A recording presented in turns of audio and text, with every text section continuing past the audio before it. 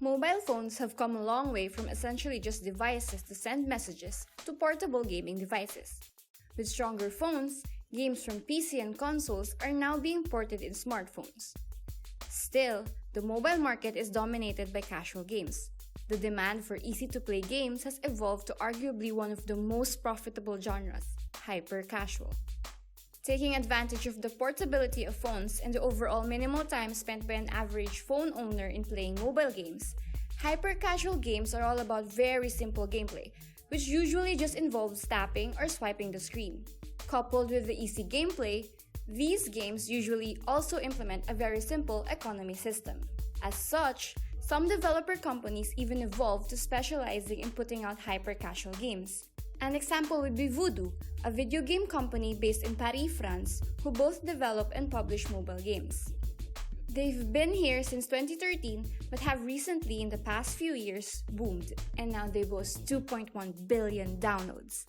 Their most famous games are Hold.io and Helix Jump. Hey guys, it's me Gwen, and join me as we take a closer look at one of their games, aquaparkDOTio, which, according to App Annie, was one of the games that was downloaded the most in the third quarter of 2019, behind only to Funrace 3D and ahead of Mario Kart Tour. In aquaparkDOTio, the player basically just controls a self-accelerating character through a water park slide by guiding it left to right. Just a note, .io is a domain name, like .com, that has been recently integrated into names of games that are hyper-casual games. The player competes with other players as the game describes it in its store page. But if you look keenly at the behavior of these quote-unquote other players, like some of them magically appearing wherever the player's character is, they are clearly just bots named with usernames generated from other players' inputs.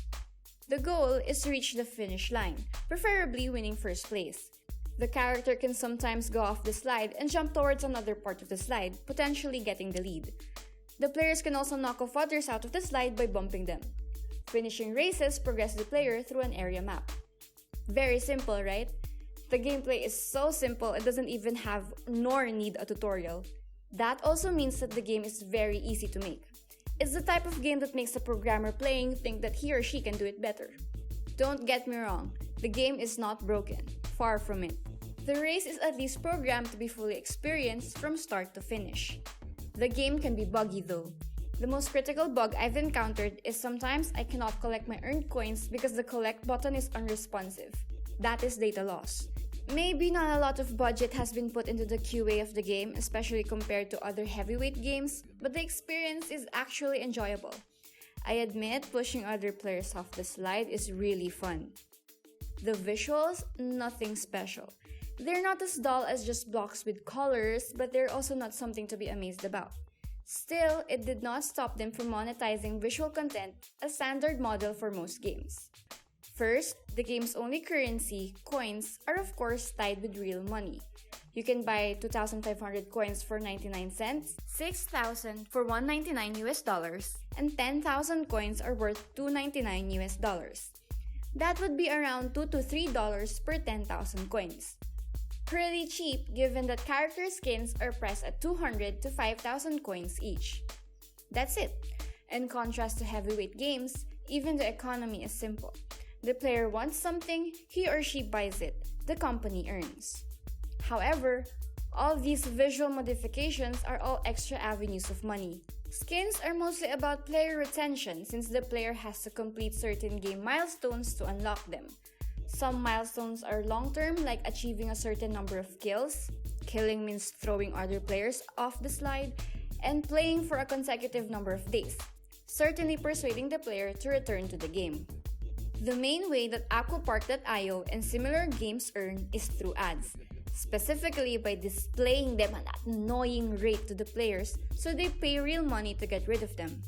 In aquaparkDOTio, even the animation at the end of the race is cut by an ad, even before the final standings are displayed. The main menu screen also has ads for the company's other games.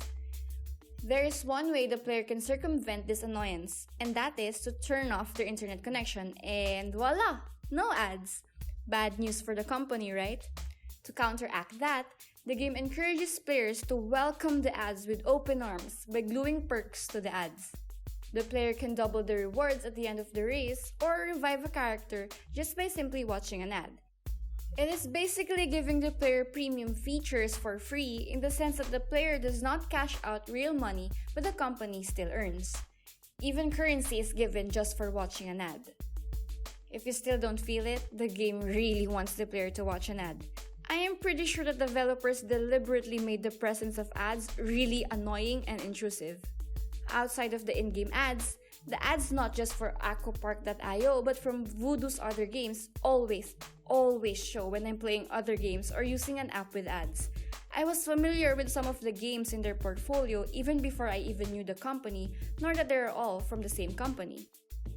Given all the negative experiences I listed when I was explaining this game, why do people still download it? The potential of this type of game is that it taps into a market separate to AAA games. It taps to the casual gaming market, which is by far larger than that of the hardcore gamers. This type of game can be played by children or by our beloved senior citizens, individuals who are not usually tech proficient. Casual users won't care whether their game is properly coded or not, they just care if it is easy and fun to play. Case in point, the high reviews left for this game. Minor bugs can be irritating to the trained eye but can just be a minor nuisance to people who are otherwise. Having said as one of the breakout games of third quarter of 2019, this game is actually not charting at the top 100 grossing list at all. It would also be hard for the game to chart as the only way they earn money is being sold at a low price, including the removal of ads, which is the top IAP option being sold by the game. Next on the list would be all the currency options, and the swim pack that I do not currently see in-game, all sold at a relatively low price. Voodoo releases tons of games, and let's say that they all earn just a small sum of money each. Looking at their website, they currently feature 28 games. 28. All hyper-casual. That small sum of money per game piles up and the company comes out on top richer. In the end, it does not matter if aquaparkDOTio does not chart at all. Voodoo's strength is in the numbers, quantity over quality. A glance at their App Store and Play Store page, they have released a total of 146 games in iOS and 76 games in Android. Voodoo creates games that are easy to make, easy to download, and easy to play. They're basically crowding the market with lots of games to generate an income at a low cost. This makes for a very smart strategy that might not sit well with developers who are committed to creating high-quality games. However, this type of business model cannot be dismissed as companies like Voodoo are simply just utilizing what the mobile gaming market demands. It will also be here in the foreseeable future with the growth of the mobile gaming market until there is a shift in the taste and demand of the consumers. This has been Gwen, and thanks for accompanying me. Until next time!